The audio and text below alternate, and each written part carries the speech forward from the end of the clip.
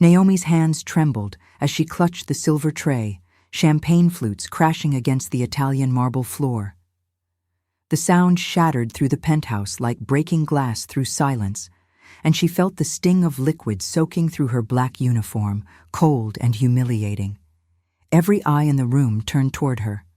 Politicians, socialites, men in designer suits worth more than her yearly salary. The annual gala for Seoul Group's American investors had come to a screeching halt. Mrs. Park, the chairman's wife, stood inches away, her diamond bracelet still raised from where she'd deliberately knocked the tray from Naomi's hands. "Did you really think someone like you belongs at an event like this?" Mrs. Park's voice dripped with venom, her accent sharp and precise. "Your staff. You don't get to serve the VIP section. Know your place." But Naomi wasn't looking at Mrs. Park anymore. Her eyes had found the man standing by the floor-to-ceiling windows, the one everyone whispered about but never dared cross. Min-jun Park, the son, the heir to everything, the man they said ran operations the police couldn't touch. And he was walking toward them, his expression unreadable, his footsteps deliberate and slow.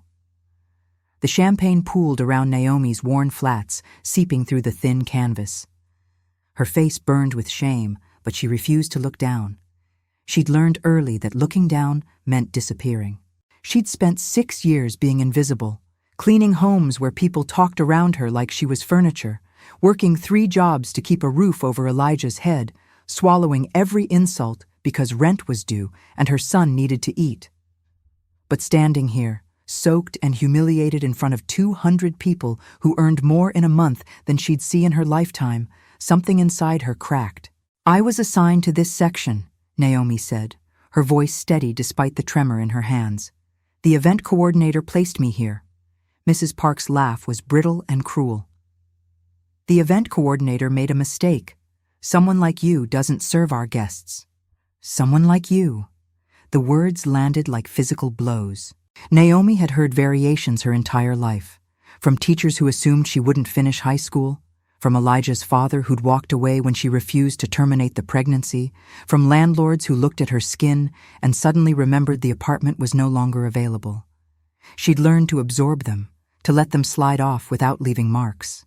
But tonight, exhausted from a double shift before this gala, facing eviction in 72 hours, those 3 words felt like they might break her. Min-jun stopped 3 feet away.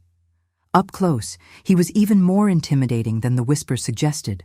6'2", with shoulders that filled out his Tom Ford tuxedo perfectly. Sharp jawline, eyes so dark they looked black under the crystal chandeliers. His presence changed the air pressure in the room. Conversations died. People shifted nervously. Naomi felt her pulse kick into overdrive, though she couldn't tell if it was fear or something more dangerous. "What happened?" His voice was low, controlled, with the faintest accent that made each word feel deliberate. Mrs. Park turned to him, her expression shifting to something Naomi recognized, the particular smile women used when they wanted something from powerful men. "Min-jun, darling, this is nothing. Just a staff issue. I was explaining to this girl that she's not qualified for VIP service. She has a name." Min-jun's gaze never left Naomi. "What is it?" Naomi's throat tightened. She should stay quiet, should nod and disappear like staff were supposed to do. But his eyes, Christ, his eyes were doing something to her nervous system, making her skin feel too tight and her breath catch in ways that had nothing to do with fear. "Naomi Carter." "Naomi Carter was assigned to this section by my assistant," Min-jun said, still not looking at his mother. "Are you suggesting my assistant doesn't understand our staffing requirements?" The temperature in the room dropped 10 degrees. Mrs. Park's smile faltered. "Of course not, but—" "Then there's no problem." Min-jun turned to his mother, and Naomi watched something flicker across his face. Not quite anger, but cold and absolute. "Apologize to Ms. Carter." The room went silent. Naomi's heart hammered so hard she was certain everyone could hear it. No one spoke to Mrs. Park like that. No one commanded her to do anything, least of all apologize to a maid.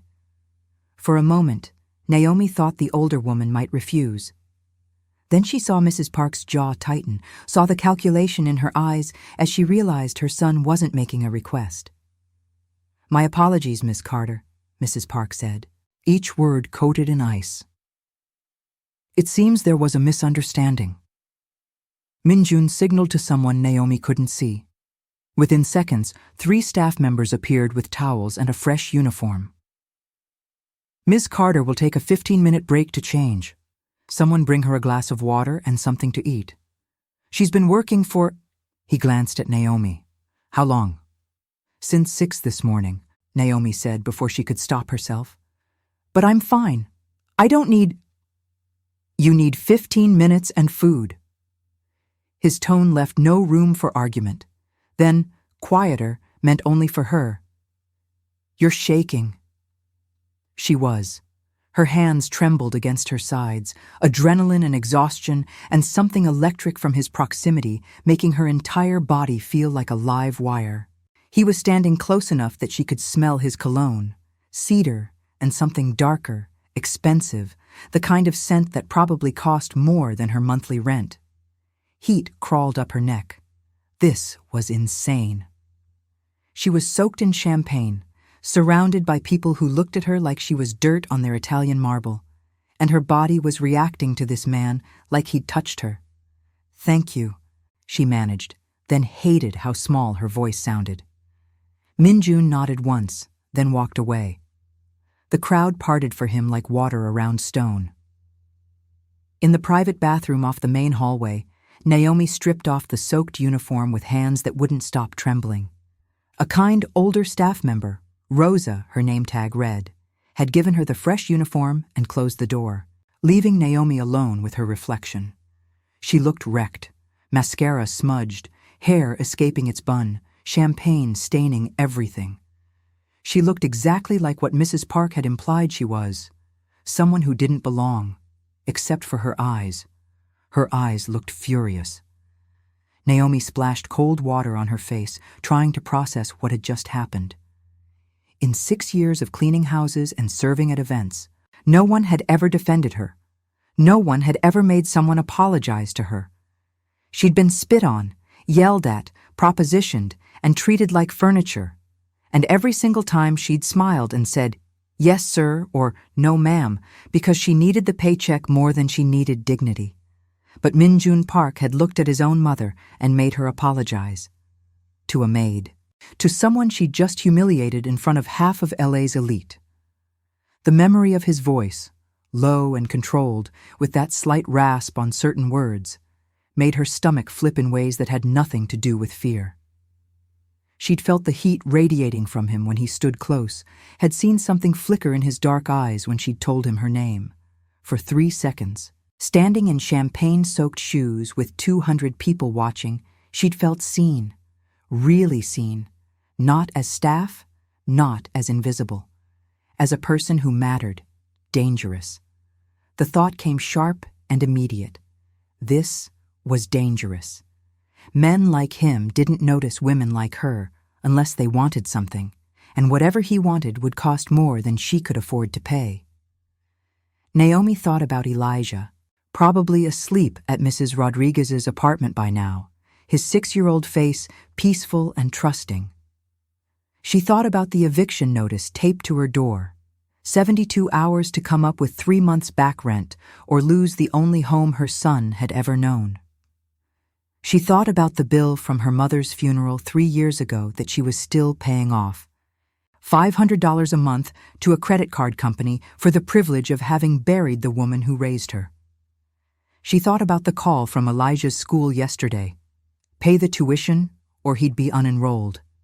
She couldn't afford dangerous. Couldn't afford to believe that a man who commanded rooms full of politicians and made his own mother back down had noticed her for any reason that wouldn't end with her more broken than she already was.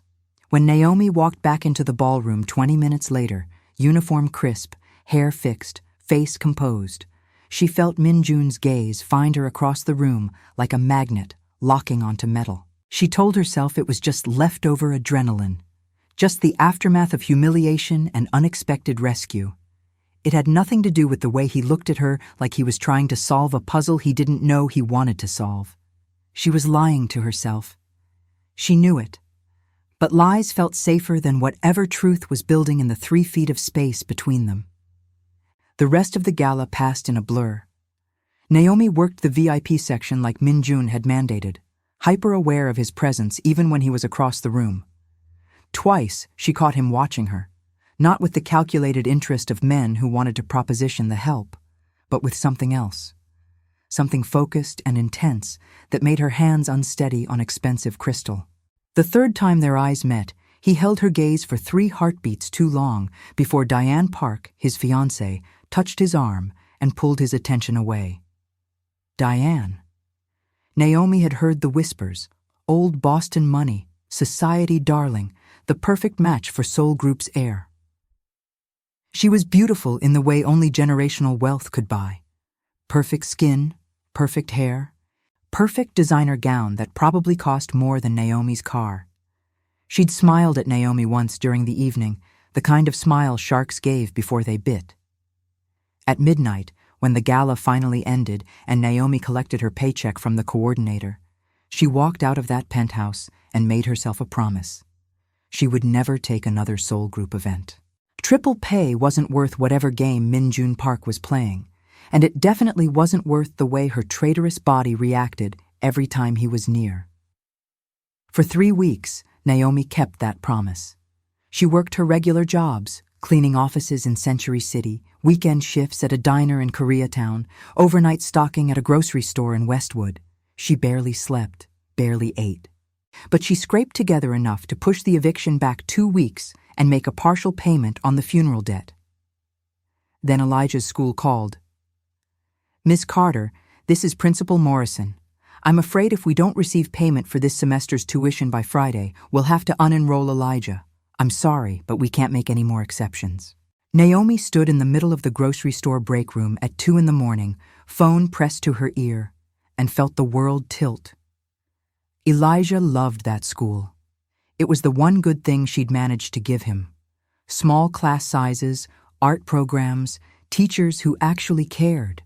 If he got unenrolled, he'd have to go to the overcrowded public school where kids brought weapons and teachers gave up. "How much?" she asked, though she already knew. $4,500. She didn't have $4,500, didn't have $450. She had $83 in checking and a maxed-out credit card. That's when Rosa called. "Mija, I have a job for you.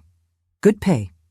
A private estate in Malibu needs a housekeeper 3 days a week, $25 an hour, and they pay weekly. I gave them your name. The agency wants you there Monday morning for a trial." $25 an hour was almost triple her normal rate. 3 days a week for a month would cover Elijah's tuition with enough left over for rent. Naomi didn't ask questions, didn't let herself think about why a Malibu estate would pay that much for basic housekeeping. She just said yes. Monday morning, Naomi drove her 15-year-old Honda up the Pacific Coast Highway to an address that made her GPS glitch twice. When she finally found it, a sprawling modern estate perched on cliffs overlooking the ocean. She had to show ID at a security gate just to get onto the property. The house was massive, floor-to-ceiling windows, infinity pool, art that looked like it belonged in museums. The property manager, a stern woman in her 50s named Helen, gave Naomi a list of rooms to clean and strict instructions not to touch anything in the locked office on the 2nd floor. "The owner values his privacy," Helen said. "You clean what's on the list, nothing else. Understood?" Naomi understood. She'd cleaned for enough rich people to know the rules. Be invisible. Be quiet. Don't ask questions. She spent 4 hours cleaning a kitchen bigger than her entire apartment, bathrooms with marble that probably cost more per square foot than she made in a month, and a living room with a view that would have been breathtaking if she'd let herself stop and look. She was on her knees scrubbing the 3rd-floor hallway, wondering what kind of person needed a 3rd floor, when she heard footsteps behind her. "You missed a spot." The voice hit her like a physical thing, low, controlled, with that slight rasp that did dangerous things to her pulse. Naomi's head snapped up. Min-jun Park stood 10 feet away, jacket off, shirt sleeves rolled up, looking at her with the same unreadable expression he'd worn the night he made his mother apologize. Behind him, through open double doors, she could see into what was clearly his office, the one Helen said was off limits. "What are you doing here?" The words came out before Naomi could stop them. "I live here," Min-jun said. "Better question, what are you doing here?" Her stomach dropped. This was his house, the Malibu estate, the job she'd taken because she was desperate. Rosa had sent her to clean Min-jun Park's home, and she hadn't known, hadn't asked, had been so desperate for money she'd walked right into. "I didn't know," Naomi said, already backing away, reaching for her cleaning supplies. "I'll leave. I'll tell the agency." "Stay." One word, quiet, absolute. It froze her in place.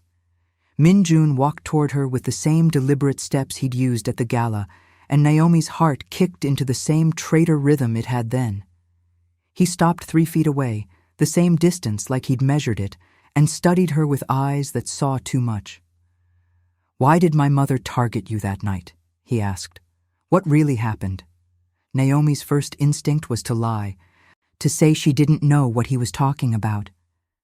But something about the way Min-jun looked at her, patient, intent, like he had all the time in the world to wait for the truth, made the lie die in her throat.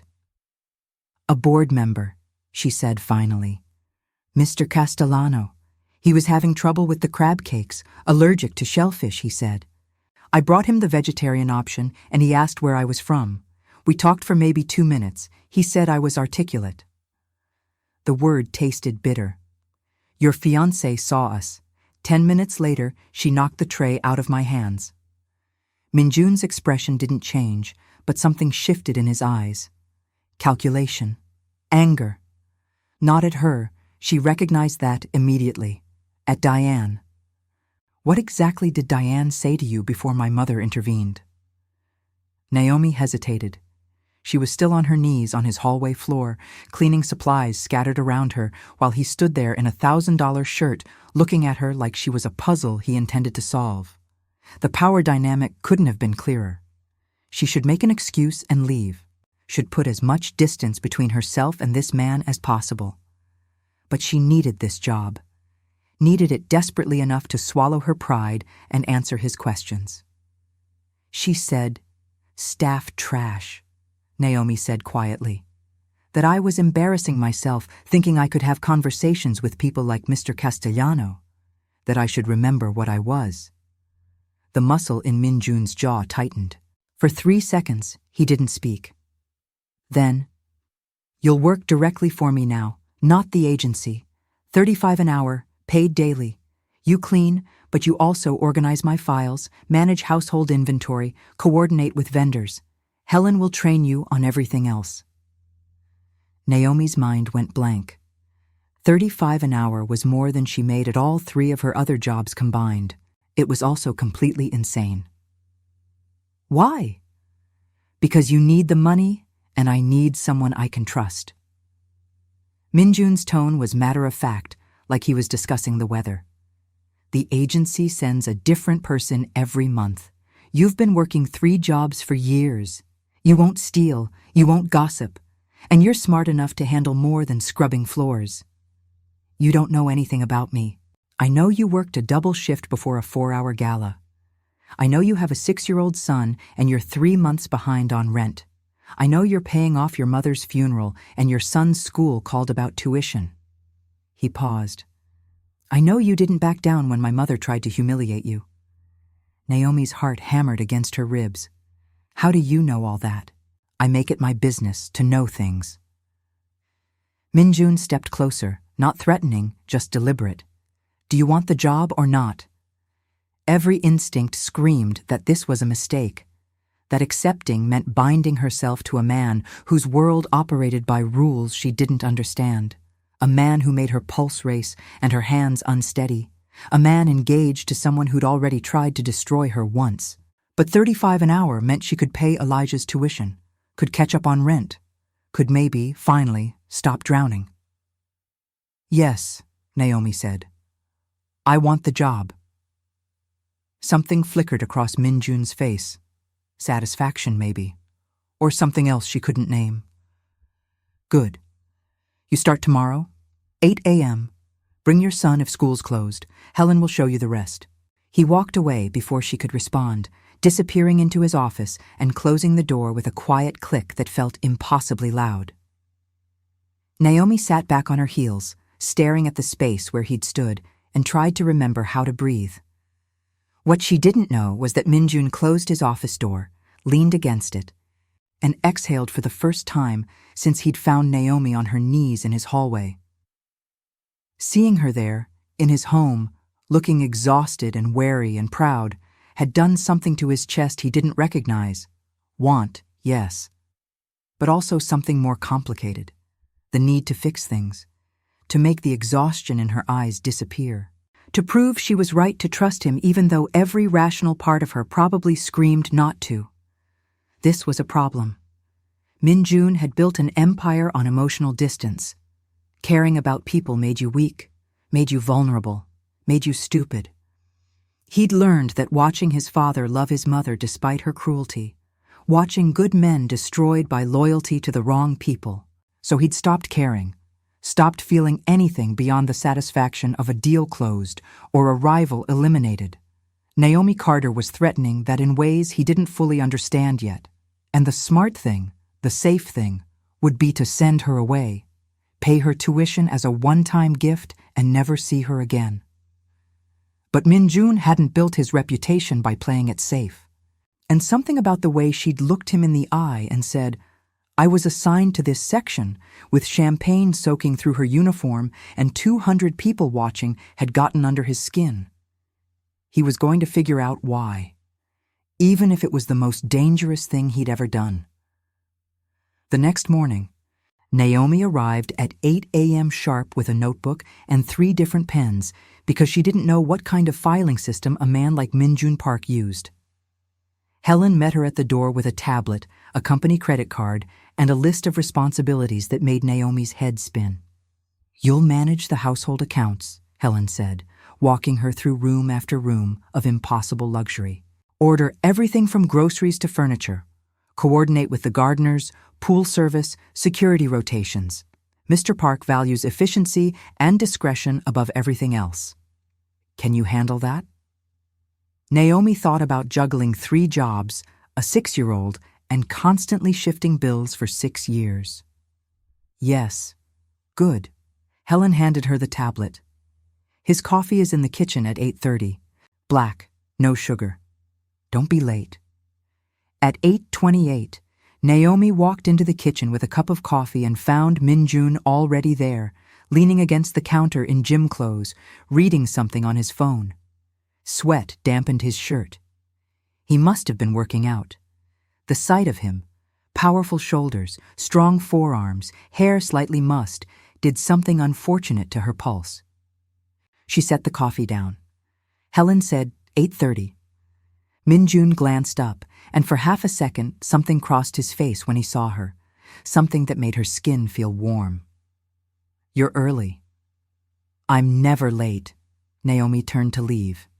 Stay. That word again. Quiet. Absolute. Have you eaten? She hadn't. She'd dropped Elijah at school and driven straight here on an empty stomach and 4 hours of sleep. I'm fine. Min-jun opened the refrigerator and started pulling out ingredients, eggs, vegetables, cheese. Sit. I should... Naomi. He said her name like it was a complete sentence. Sit. She sat, watched him move around the kitchen with surprising competence, cracking eggs and chopping vegetables with efficient precision. It was surreal. A man who probably had 3 chefs on staff was cooking her breakfast in his multi-million-dollar kitchen while she sat at the counter trying not to stare at the way his shoulders moved under thin fabric. You cook, she said, because the silence felt dangerous. I lived alone for 10 years before my father insisted I move into the family penthouse. I learned. Min-jun slid a perfect omelet onto a plate and set it in front of her with toast and fresh fruit. Eat. The food smelled incredible. Naomi's stomach growled audibly. She picked up a fork, hyper-aware that he was watching her. "Thank you. Tell me about your son." The question caught her off guard. Naomi swallowed a bite of omelet, which was objectively the best thing she'd tasted in months, and tried to figure out his angle. "Why?" "Because you work for me now. I make it my business to know the people in my life." Min-jun leaned against the counter, coffee in hand, eyes steady on hers. "And because you light up every time someone mentions him." Did she? Naomi hadn't realized. Elijah, he's 6, loves drawing, hates math, asks 4,000 questions a day. A smile tugged at her mouth despite herself. He wants to be an artist or a dinosaur scientist, sometimes both. Smart kid. Too smart. He notices everything. Like the eviction notice she'd tried to hide. Like the nights she cried in the bathroom because she didn't know how they'd eat. He deserves better than... She stopped herself. Then what? Than me struggling all the time. The words came out before she could stop them. He deserves a mother who can give him stability, who doesn't have to choose between electricity and groceries. Min-jun was quiet for a long moment. When he spoke, his voice was softer. He deserves a mother who fights for him. Sounds like that's exactly what he has. The words hit her square in the chest. Naomi looked down at her plate, blinking against the sudden burn in her eyes. She couldn't remember the last time someone had said anything like that to her. Couldn't remember the last time she'd felt seen as anything other than a problem to be managed or a body to fill a shift. "Bring him by Friday," Min-jun said. "School's out early for teacher meetings. He can do homework here while you work." Naomi's head snapped up. "I can't." "You can." His tone left no room for argument. "There's a library on the 2nd floor. He'll be safe. Helen will get him snacks." A pause. "I'd like to meet him." "Why?" The question burned on her tongue, but something in Min-jun's expression stopped her from asking. Instead, she just nodded. "Okay." That Friday, Naomi brought Elijah to the Malibu estate with his backpack full of homework and art supplies and strict instructions to be on his best behavior. He was wide-eyed from the moment they passed the security gate. "Mama, is this where you work?" Elijah pressed his face to the car window. "It's like a castle." "It's just a house, baby. A really big house." Naomi parked in the staff area and took his hand. "Remember what I said. Quiet voices. Polite. Don't touch anything." "I'll be good." Elijah squeezed her hand. "Promise." Helen set them up in the library, a room with floor-to-ceiling bookshelves and windows overlooking the ocean that made Elijah gasp. Naomi got him started on his math worksheet and went to find the files Min-jun wanted organized. She was halfway through vendor contracts when Min-jun appeared in the library doorway. "Mr. Park?" Naomi stood immediately. "I'm sorry. I can move Elijah somewhere else if—" "No need." Min-jun walked into the room, and Naomi watched her son's eyes go wide. To a 6-year-old, Min-jun probably looked like a superhero, tall, powerful, impossibly cool. "You must be Elijah." Elijah looked at his mother, who nodded. "Yes, sir, I'm Elijah Carter." He stuck out his small hand with the serious formality of a child trying to be grown. "Pleased to meet you." Min-jun shook his hand solemnly. "The pleasure is mine. Your mother tells me you're an artist." "I like drawing." Elijah's face lit up. "Mostly dinosaurs, and sometimes dragons. Do you like dragons?" "I do." Min-jun sat down in the chair next to Elijah's, and Naomi's heart did something complicated in her chest. "Did you know the Korean word for dragon is yong?" Elijah's eyes went huge. "Really? Can you teach me?" What followed was the most surreal hour of Naomi's life.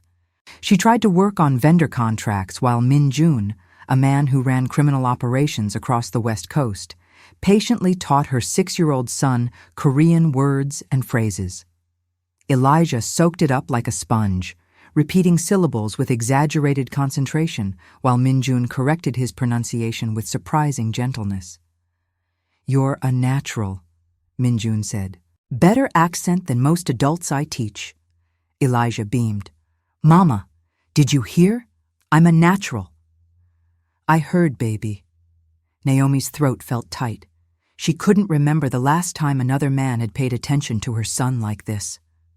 Elijah's father had walked away before he was born. Her own father had been gone since she was 8. Watching Min-jun treat her son with respect and patience was doing dangerous things to her defenses. When Elijah went back to his homework, Min-jun pulled something from his pocket, a business card. He wrote on the back and handed it to Elijah. This is the name of an art supply store downtown. Tell your mother to take you there this weekend. Use my account. Get whatever you want. Elijah looked at the card like it was made of gold. Really? Really? Min-jun glanced at Naomi, who was frozen in place.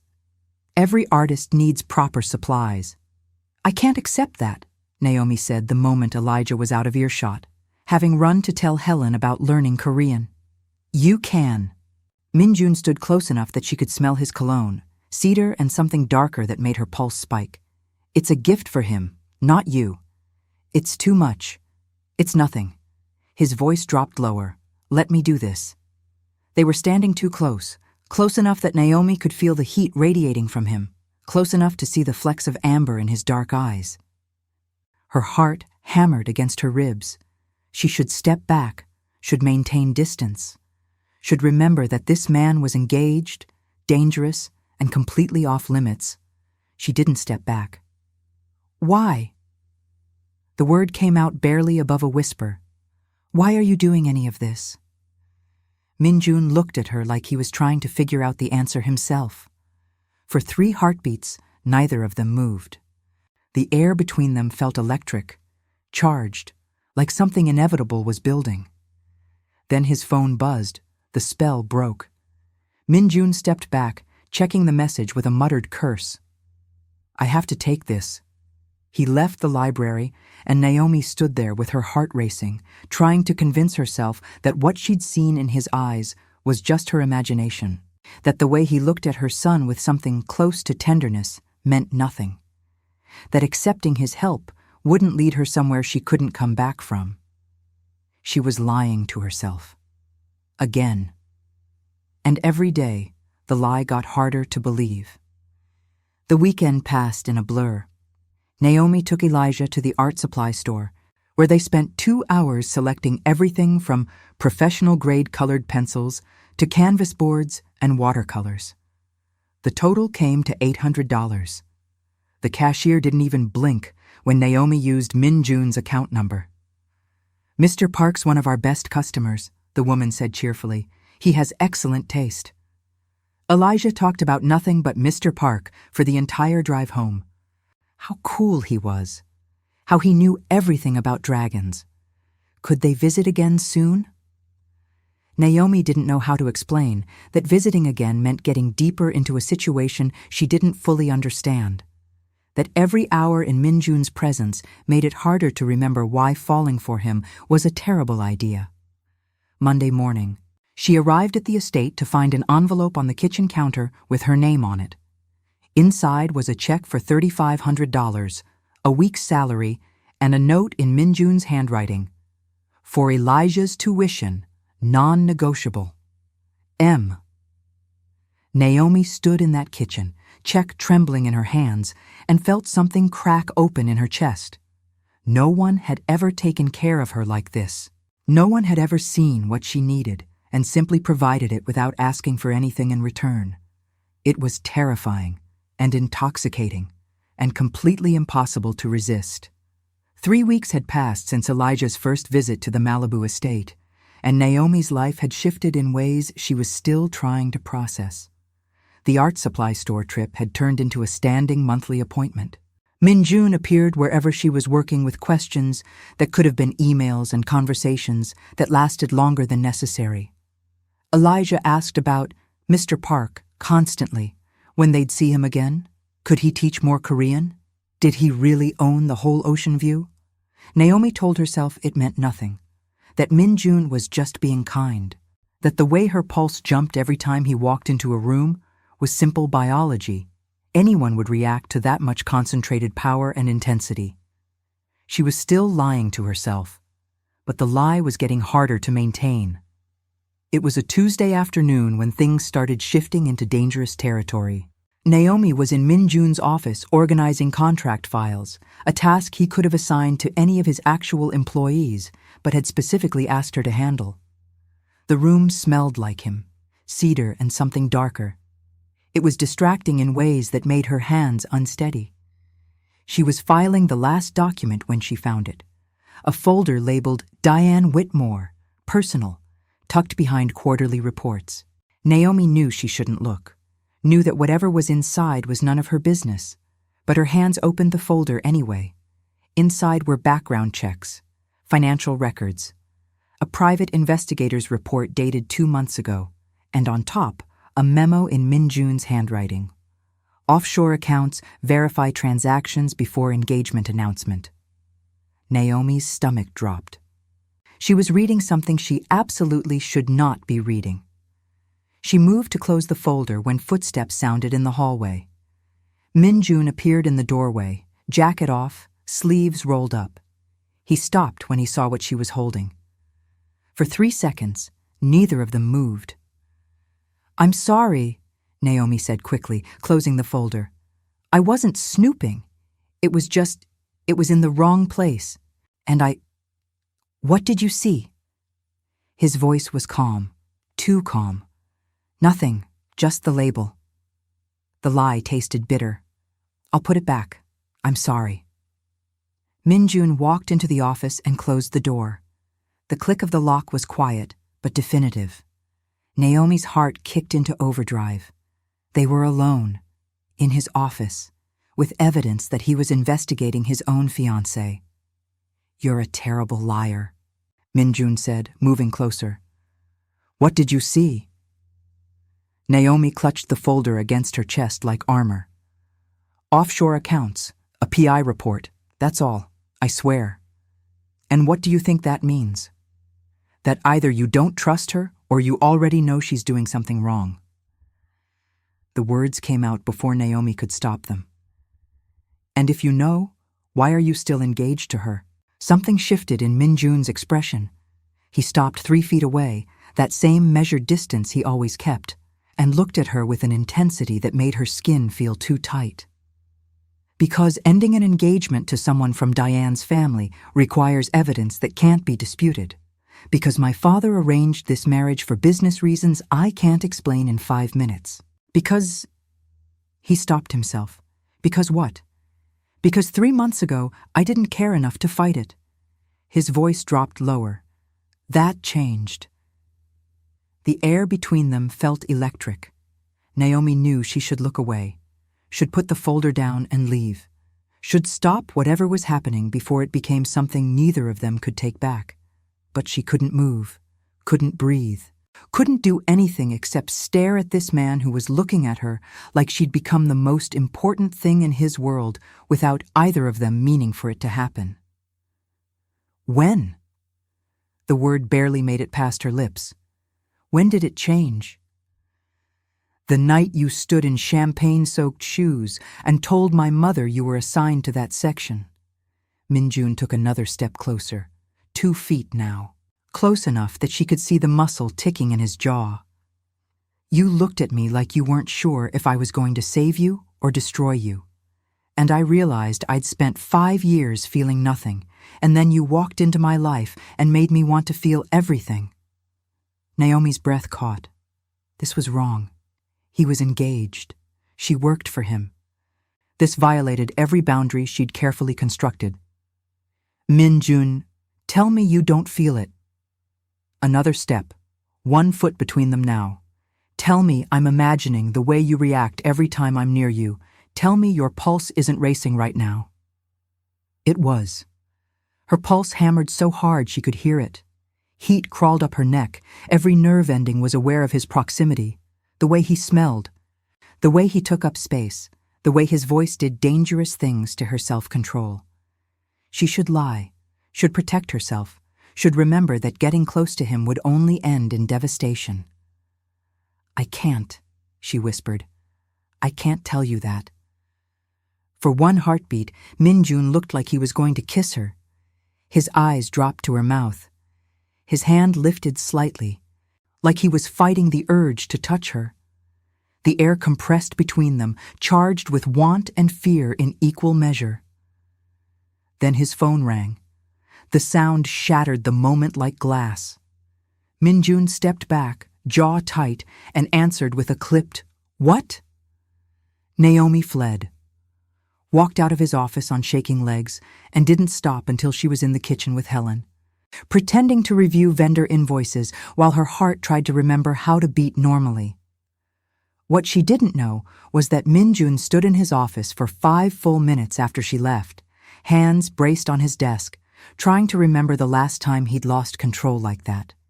Trying to figure out when Naomi Carter had stopped being a complication and started being the only thing that mattered. He'd built his entire life on discipline, on emotional distance, on never letting anyone get close enough to become a weakness. But this woman, with her exhausted strength and fierce maternal love and refusal to be invisible, had walked through every defense he'd spent decades constructing. This was more than want, more than attraction. This was the kind of feeling that made men stupid, made them vulnerable, made them willing to burn down their own empires just to keep one person safe. Min-jun had spent 3 weeks investigating Diane's offshore accounts, had proof she'd been embezzling from Seoul Group with her brother's help for over a year, had evidence that would destroy her reputation and likely put her in prison. He'd been waiting for the right moment to present it to his father, waiting for ironclad proof that even Chairman Park's traditional values couldn't ignore. But standing in his office with Naomi's scent still lingering, something floral and clean despite hours of work, Min-jun realized he wasn't waiting for proof. He was waiting for permission, for some sign that ending his engagement for a woman who worked for him wasn't the most reckless thing he'd ever done. She'd just given him that sign. "I can't tell you that," she'd said, and he'd seen the truth in her eyes. She felt it too. The pull, the inevitability, the sense that they were heading towards something neither of them could stop. Now he just had to figure out how to protect her from what came next. The days that followed were torture. Min-jun found excuses to be wherever Naomi was working. She found reasons to avoid being alone with him. The air crackled with tension every time they were in the same room. Helen noticed. Naomi caught her watching them with knowing eyes, but said nothing. Elijah visited twice more, and each time Naomi watched Min-jun interact with her son and felt her defenses crumble a little more. He was patient, kind, genuinely interested in a 6-year-old's observations about dinosaurs and dragons. He brought Elijah books in Korean, art supplies, once even a telescope, because Elijah had mentioned wanting to see the moon up close. "He's going to break your heart," Naomi told herself in the mirror every morning. "This can't end well." But her heart wasn't listening anymore. It was a Thursday afternoon, 3.5 weeks after she'd started working for him, when everything accelerated. Naomi's phone rang during her shift. Elijah's school. He had a fever. She dropped everything and drove the 40 minutes to pick him up. Elijah looked miserable, his small face flushed and eyes glassy. She signed him out, buckled him into her car, and was halfway back to their apartment when her engine started making a sound like grinding metal. The Honda died on the Pacific Coast Highway, just stopped. Naomi managed to coast into a turnout before the engine gave up completely. She sat there with her sick 6-year-old, no cell service, and a car that was clearly never running again, and felt the last thread of her composure snap. "Mama?" Elijah's voice was small. "Are we okay?" "We're fine, baby." The lie came automatically. "I just need to call someone." She walked up the highway until she got 1 bar of service and called the only number she could think of. Min-jun answered on the first ring. "Naomi, I'm sorry to bother you." Her voice cracked despite her best efforts. "My car died, and Elijah's sick, and I don't have anyone else to—" "Where are you?" she told him. He said, "Don't move." and hung up. 20 minutes later, a black SUV pulled up. Min-jun got out, took one look at Naomi's face, and his expression shifted into something she'd never seen before, protective and fierce and barely controlled. "You're okay," he said. Not a question, a statement, like he was reassuring himself. "You're both okay." "My car. I'll handle it." Min-jun opened the back door of the SUV. "Get Elijah inside. There's a doctor waiting at my house." Naomi's exhausted brain tried to process that. "You called a doctor?" "He's on retainer. He'll check Elijah, give him something for the fever." Min-jun's hand settled on the small of her back, just for a second, grounding, before he stepped away. "Come on." In the SUV, Elijah curled up against Naomi's side, and she watched Min-jun make 3 phone calls, one to a towing company about her car, one to his mechanic with instructions to fix whatever was wrong regardless of cost, and one to Helen about preparing a guest room. "You don't have to do all this," Naomi said quietly. Min-jun met her eyes in the rearview mirror. "Yes, I do." At the estate, a doctor checked Elijah, just a virus, nothing serious, and prescribed rest and fluids. Helen settled him in a guest room with cartoons and soup, and Naomi stood in Min-jun's kitchen, trying not to cry from sheer relief and exhaustion. "Thank you." The words felt inadequate. "For everything. I'll pay you back for the mechanic." "No, you won't." Min-jun moved closer, and Naomi's traitorous pulse jumped. "When was the last time you let someone help you?" "I don't need help. I need to handle my own problems." "You've been handling your own problems for 6 years. You're allowed to accept help." His voice gentled. "You're allowed to not be okay sometimes." That's what broke her. Not the car dying. Not the constant grinding exhaustion of trying to survive. But this, Min-jun looking at her with something close to tenderness and telling her she was allowed to be human. The tears came before she could stop them. Naomi turned away, mortified, trying to wipe them before he saw. But Min-jun's hand caught her shoulder, gentle, grounding, and turned her back. "Don't." His thumb brushed away a tear, and the touch sent electricity through her entire nervous system. "Don't hide from me." They were too close again. Close enough that Naomi could see gold flecks in his dark eyes. Close enough to feel the heat of his body. Every instinct screamed at her to step back, to maintain distance, to protect herself before this became something she couldn't recover from. But she was so tired of being strong alone, so tired of carrying everything by herself, and Min-jun was looking at her like she was precious, like she mattered, like he'd burn down the world to keep her safe. "This can't happen," Naomi whispered. "You're engaged. I work for you. This is—" "I know." His hand moved from her shoulder to cup her face, and her breath stopped. "I know all the reasons this is wrong. Doesn't change what I feel." "What do you feel?" "Like I'd give up everything for 5 more minutes of you looking at me like this." His forehead dropped to hers, not a kiss, but close enough that she could feel his breath. "Like I've been half alive for 5 years, and you walked in and reminded me what it means to feel. Like I'm about to do something incredibly stupid." "Min-jun, tell me to stop." His voice was rough, raw. "Tell me you don't want this and I'll walk away. I'll keep you on salary, fix your car, make sure Elijah's taken care of. But I'll never touch you again. Just say the word." Naomi knew what she should say, knew that the smart choice was walking away before she fell any deeper. Before this ended the only way it could, with her heart shattered and her life in pieces. But standing in his kitchen with his hand on her face and his eyes burning into hers, she couldn't make herself say it. "I can't," she breathed. "I can't tell you to stop." Min-jun's control snapped. His mouth crashed into hers, not gentle, not tentative, but desperate and hungry and absolutely consuming. Naomi gasped against his lips and he took advantage, deepening the kiss until she couldn't think, couldn't breathe, couldn't remember why this was supposed to be wrong. His hands moved to her waist, pulling her flush against him. She grabbed his shoulders for balance and felt muscle shift under her fingers. Heat flooded her entire body.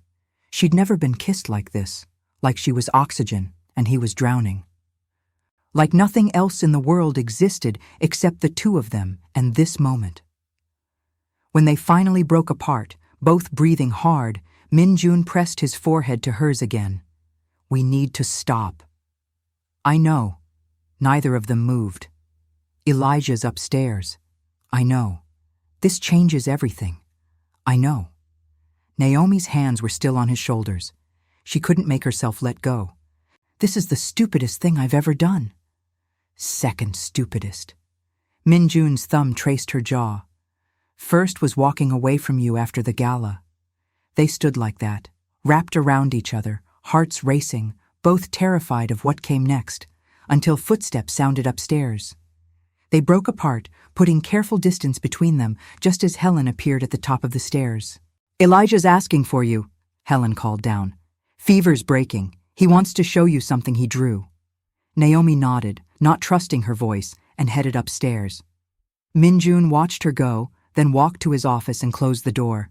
He had calls to make, plans to accelerate. His father had been pressuring him for weeks to set a date for the engagement announcement, a formal dinner with both families, business associates, the press. Min-jun had been stalling, using the investigation as an excuse. But now, with the taste of Naomi still on his lips and the certainty that he'd just kissed the woman he wanted to spend his life with, stalling wasn't an option anymore. He needed to end things with Diane, publicly, definitively, in a way that protected Naomi from the fallout. Min-jun picked up his phone and called his father. "We need to talk about the engagement dinner. I'm ready to move forward." What Chairman Park didn't know, what no one knew yet, was that Min-jun wasn't planning to announce an engagement. He was planning to destroy one. And he was going to do it in front of everyone who mattered. Naomi stayed that night. Elijah's fever broke around 8 p.m., but Min-jun insisted they use the guest room rather than drive home in the dark. She put Elijah to bed, then stood on the terrace outside her room, looking at the ocean and trying to process what she'd done. She'd kissed Min-jun Park, her employer, an engaged man. Someone whose world was so far removed from hers that even being in his orbit felt like trespassing. And she wanted to do it again. Wanted it so badly her hands shook with the force of restraining herself from walking to his room and finishing what they'd started. "You're playing with fire," she whispered to herself. "This is going to destroy you." But when she finally fell asleep in sheets that smelled like expensive detergent and woke to Helen bringing her coffee and news that her car was already fixed and waiting in the driveway, Naomi realized something had fundamentally shifted. She wasn't just falling for Min-jun Park anymore. She'd already fallen. Completely. Irrevocably. And there was no going back. 5 days passed after the kiss. 5 days of Naomi working in Min-jun's house while they circled each other like magnets fighting their own pull. They were never alone. Min-jun made sure of it. Helen was always nearby, or he took calls in another room, or he left the estate entirely for hours at a time. But Naomi felt his eyes on her constantly, felt the weight of everything unspoken building between them like pressure before a storm. He was protecting her, she realized, from himself, from the inevitability of what would happen if they were alone again. It was both frustrating and devastating. On the 6th day, Min-jun found her in the library. "There's something you need to know. My father's hosting a dinner here tomorrow night. Family and business associates. He thinks it's the formal engagement announcement for Diane and me." Naomi's stomach dropped. "Thinks." "It's not." Min-jun's expression was unreadable. "But I need you here. I need you to serve the dinner." "Why?" The word came out sharper than she intended. "So your fiancé can humiliate me again? So I can watch you pretend to be happy with someone else? So you can watch me end it?" Min-jun stepped closer, voice dropping. "I told you this changes everything. I meant it. Tomorrow night everyone will know." Naomi wanted to believe him, wanted to trust that he wasn't just using her, that this wasn't some elaborate game she didn't understand the rules to. But the fear was there, constant and corrosive. And what happens to me after? When your family asks why you destroyed a business arrangement over the help? Min-jun's jaw tightened. You are not the help. Don't ever call yourself that again. He reached for her hand, then stopped himself. Trust me, please. She shouldn't. Every self-preservation instinct screamed not to. But looking at Min-jun, at the man who'd defended her, protected her son, kissed her like she was his entire world, Naomi found herself nodding. Okay. The next evening, Naomi wore her server's uniform and helped Helen prepare a dinner for 20. Chairman Park arrived first, greeting his son with formal reserve. Then came business associates, men in expensive suits with calculating eyes. And finally, Diane, wearing a cream designer gown and her grandmother's diamond bracelet, looking every inch the perfect fiancée. She smiled when she saw Naomi carrying wine glasses. Still working here? How persistent of you. Naomi said nothing, just set the glasses down with steady hands and walked back to the kitchen. Dinner began at 7. Naomi served the first course, while Min-jun sat at the head of the table, Diane to his right, Chairman Park to his left. The conversation flowed around business, real estate acquisitions, import contracts, political connections. Naomi moved like a ghost, pouring wine and clearing plates, invisible to everyone except Min-jun, whose eyes tracked her movements with an intensity that made her skin feel electric. During the main course, Diane excused herself to the restroom. She passed Naomi in the hallway, her smile sharp. You think you're clever, don't you? Making yourself indispensable. But you're nothing. When this dinner ends, Min-jun and I will be officially engaged, and you'll still be exactly what you are. Staff. Naomi felt her spine straighten. If you're so confident, why do you keep threatening me? Diane's expression turned vicious. Because women like you need to learn their place, and I'm going to teach you. She walked back to the dining room, and Naomi stood in the hallway with her heart pounding, wondering what Min-jun had planned, wondering if she'd been a fool to trust him. When she returned to serve dessert, Diane was touching Min-jun's arm, laughing at something Chairman Park said, the picture of devoted fiancé. But then Naomi saw it, Diane's hand slipping into her own bag at her feet, pulling out the diamond bracelet she'd been wearing, and while everyone was distracted, reaching across and shoving it deep into Naomi's apron pocket as she passed to collect plates. Naomi froze. Diane's eyes met hers with cold triumph. This was it. The setup. 10 minutes later, right as Naomi was clearing the last dessert plate, Diane gasped. My bracelet!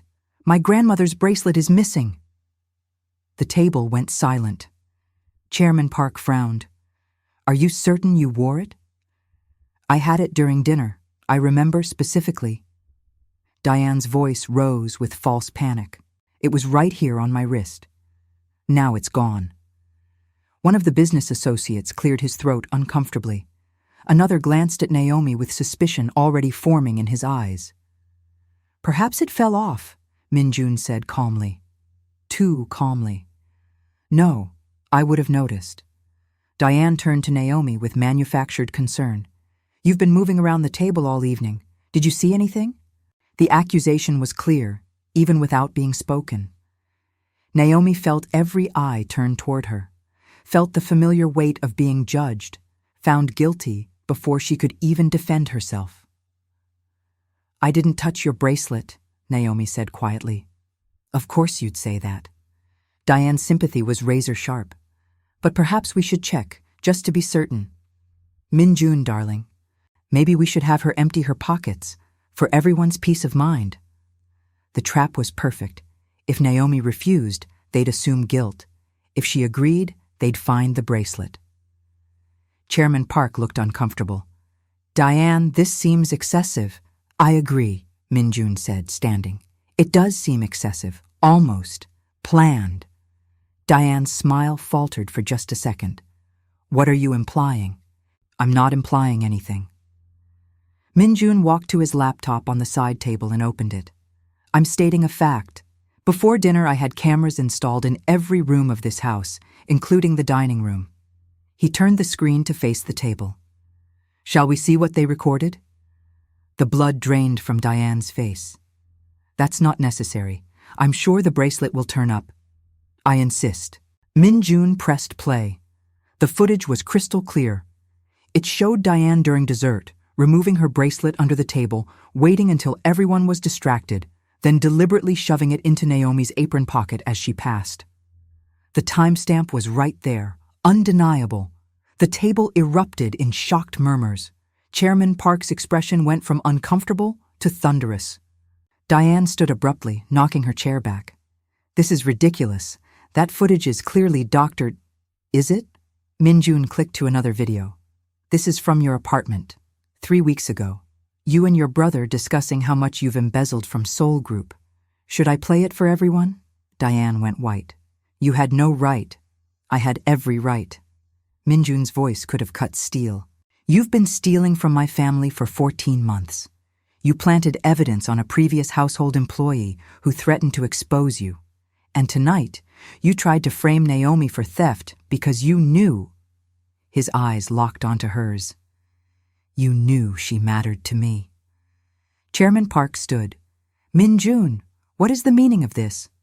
The meaning is simple. Min-jun clicked through more files, bank statements, transaction records, emails. Diane and her brother have been siphoning millions from Seoul Group to offshore accounts.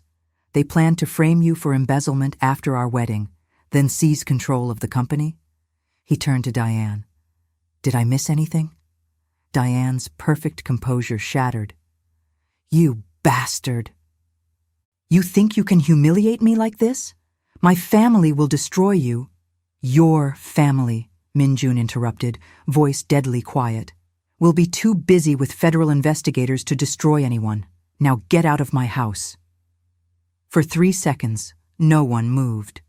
Then Chairman Park's phone rang. He answered, listened, and his expression hardened further. My lawyers. They've already filed restraining orders and contacted the FBI.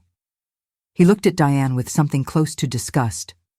You have 1 hour to leave Los Angeles. After that, you're under arrest. Diane grabbed her purse and fled. The sound of her heels on marble faded, then stopped with the slam of a car door and squealing tires. The business associates made uncomfortable excuses and left quickly. Chairman Park studied Naomi for a long moment, then turned to his son.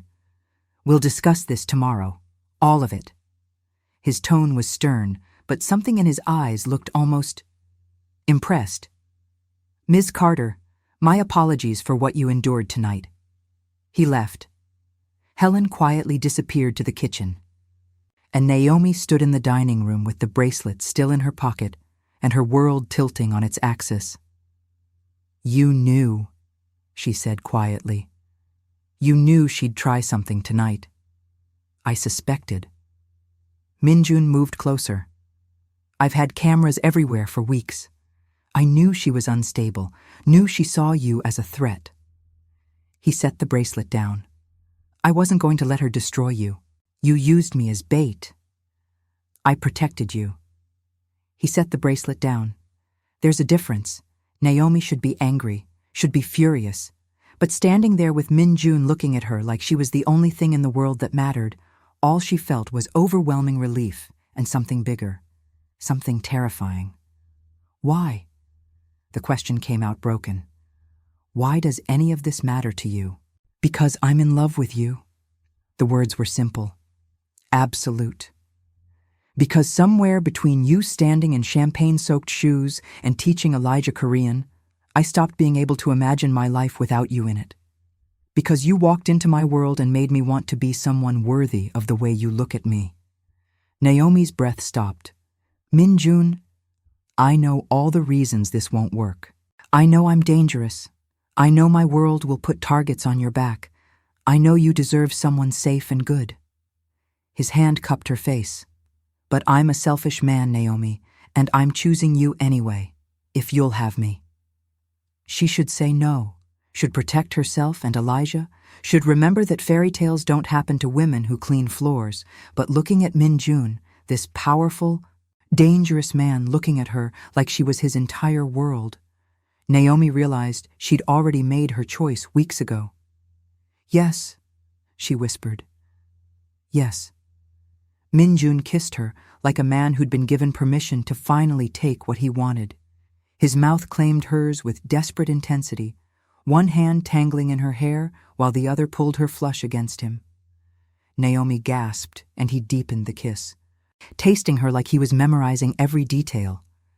Her hands fisted in his shirt while her knees went weak, and her world narrowed to the heat of his mouth and the solid strength of his body. This wasn't frantic like their first kiss. This was slow, thorough, devastating. Min-jun kissed her like he had all the time in the world, like nothing else mattered except learning every sound she made. When his teeth grazed her bottom lip, she made a noise she didn't recognize and felt his responding groan vibrate through her chest. His hands moved to her waist, lifting her onto the dining table. She should protest, but then he stepped between her legs, and all rational thought disappeared. His mouth moved from her lips to her jaw, trailing heat down her neck while his hands mapped her body with possessive certainty. "Mine," he murmured against her throat. "Say it." "Yours," Naomi breathed. "I'm yours." When they finally broke apart, both breathing hard, Min-jun pressed his forehead to hers. "Marry me, not someday. Now. Let me give you my name, my protection, everything I have." "Min-jun, we've known each other for a month." "I don't care." His hands framed her face. "I've never been more certain of anything. Marry me, Naomi." Looking at this man who'd defended her, protected her, chosen her over everything else, Naomi couldn't make herself care about timelines or logic. "Yes," she said. "Yes, I'll marry you." And there it is, justice served, love earned. If this story touched your heart, if you smiled when Naomi finally had her moment, I need your support. Subscribe to the channel, like this video, share it with someone who needs this message, that dignity has no price, that true love exists, that everyone deserves to be seen. Leave a comment with your favorite moment. Was it when Min-jun made his mother apologize? When he exposed Diane's lies? Or that kiss you waited an entire hour to see? I read every comment. These stories exist because of you. Your click, your comment, your share, each one matters. Each one brings more stories of invisible people who refuse to disappear. Now let me show you what happened 6 months later. 18 months later, Naomi stood in the Malibu estate's garden wearing a white silk gown that cost more than her old apartment's yearly rent and felt like she was living in someone else's dream. Except it was hers. All of it. The wedding was small, just family and the few people who mattered. Chairman Park stood near the altar with an expression that had softened considerably since the night Diane's crimes came to light. He'd spent the last year watching Naomi transform his son from a man who felt nothing into someone capable of laughter and tenderness, and his respect had grown with every month. "You've made him human again," he'd told her last week. "My family owes you a debt we can never repay." Helen was crying quietly in the front row. Rosa sat next to her, beaming. And Elijah, wearing a miniature tuxedo and holding the rings with utmost seriousness, waited at the altar next to his soon-to-be official father. Min-jun had legally adopted Elijah 3 months ago. The paperwork was filed the day after their engagement. "He's mine," Min-jun had said simply when Naomi asked why he was rushing. "I want the world to know it." Watching her son look at Min-jun with complete trust and love still made Naomi's throat tight. Elijah had a father now, a real one, someone who taught him Korean and art techniques, who attended every school event, who turned one of the estate's rooms into a studio filled with supplies and encouragement. The music started. Naomi walked down the aisle alone, no one to give her away because she'd always belonged to herself, and met Min-jun's eyes. He looked at her like she was the only thing in his world that mattered. like he still couldn't believe she'd chosen him. The ceremony was simple. Traditional vows with one addition: Min-jun's promise, spoken in Korean then English, that he would protect her and Elijah with his life, that their family was his empire now. When they kissed, Elijah cheered so loudly the small gathering erupted in laughter. At the reception, Chairman Park pulled Naomi aside. Diane was sentenced this morning, 3 years in federal prison for embezzlement and fraud. Her brother got 5. Naomi nodded. She'd testified at the trial, had watched Diane's perfect facade crumble under the weight of evidence. There was no satisfaction in it, just relief that the threat was gone. "You've done well with the foundation," Chairman Park continued. The Park Family Foundation had been Naomi's project, legitimate charitable work focused on single mothers and education. She'd thrown herself into it while completing her business degree online. "My son tells me you're considering law school next." "Maybe," Naomi smiled, "after the twins are born." Chairman Park's expression softened further. "Twin girls. My son is doomed." "Completely," Min-jun said, appearing behind Naomi and wrapping his arms around her waist, hands settling protectively over the slight swell of her stomach.